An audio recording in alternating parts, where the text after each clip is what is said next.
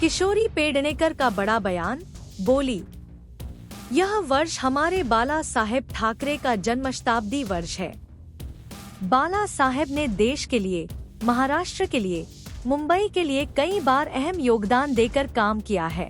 कल रात हम सभी जवानों की मानवता के अनुरूप जन्म शताब्दी वर्ष में केंद्र सरकार से बाला साहेब को भारत रत्न देने की मांग कर रहे हैं।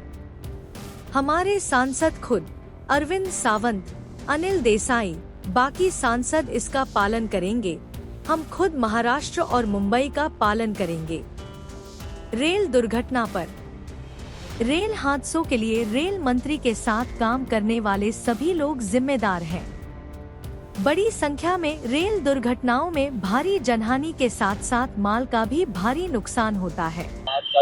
हे वर्ष आमच्या बाळासाहेब ठाकरेंचं जन्म शताब्दी वर्ष आहे।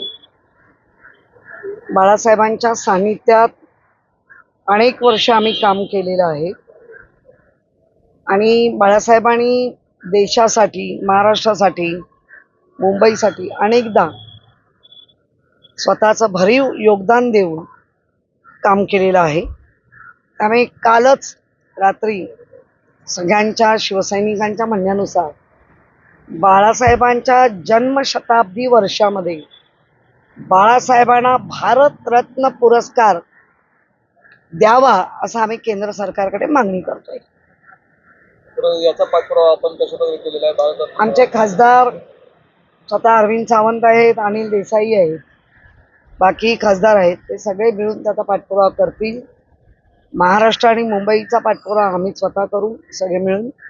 पण बाळासाहेबांना जन्मशताब्दी निमित्तानं, वर्षानिमित्तानं त्यांना भारत रत्न दिलं पाहिजे। पुष्पक एक्सप्रेसमध्ये काल अपघात झाला होता, त्याच्याबद्दल काय म्हणणार? नाही, रेल्वेचे अपघात जे होत आहेत त्याला रेल्वे मंत्र्यांच्या बरोबरीने आणि त्यांच्या खाली जे काही लोक काम करतात हे सगळे जबाबदार आहेत। काळजीपूर्वक केलं पाहिजे, कारण मोठ्या मोठ्या प्रमाणात रेल्वेच्या ॲक्सिडेंटमध्ये मनुष्यहानी खूप मोठी होते। तशी आपली वित्तहानी म्हणजे आपली साधन सामुग्री याची मोठी हानी होते। त्यामुळे लक्षपूर्वक काम केलं पाहिजे। मराठा समाजाचा मोठा मोर्चा येतो, निष्पक्षपणे तो मोर्चा येणार आहे आझाद मैदानात 25 तारखेला। मराठा आरक्षण द्यायलाच हवं।